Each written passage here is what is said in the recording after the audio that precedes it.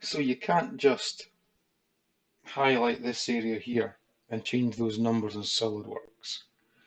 What you probably find is that there's been a checkbox checked and a little dialog box to stop the dialog box popping up.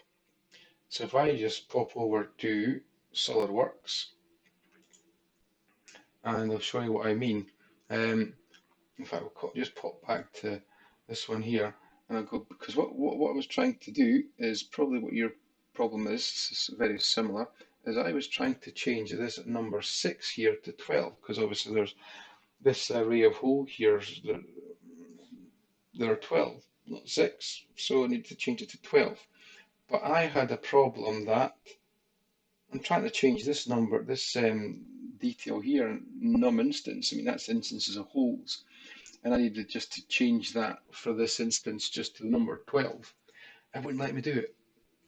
But what I found out is that,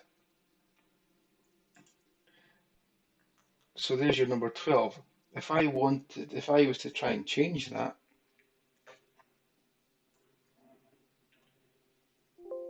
there, this dialog box comes up. If you click don't show and then say yes to that, if I was actually had to click no to that, then I wouldn't be able to make this change. So shut that down.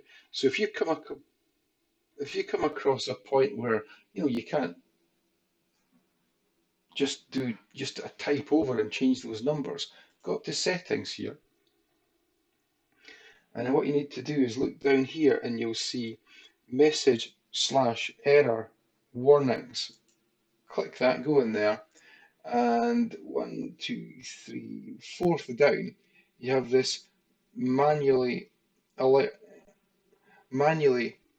altering and prompt of the call out text may break this portion.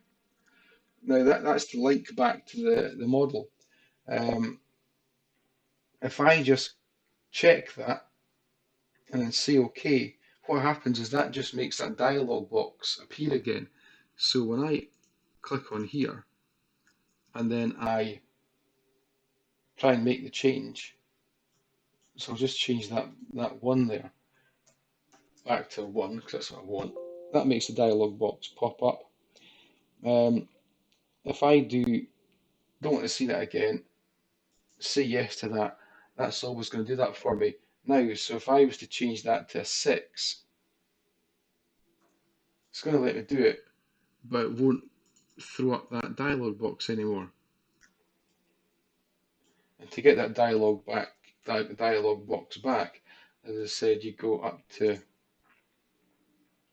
options, down to this message error warnings, and then down to the fourth one down, click manual, say yes, and then you're back to the situation where you can click that, and then you can make a change here, and the dialog box comes back up again. So that's how to get that dialog box back.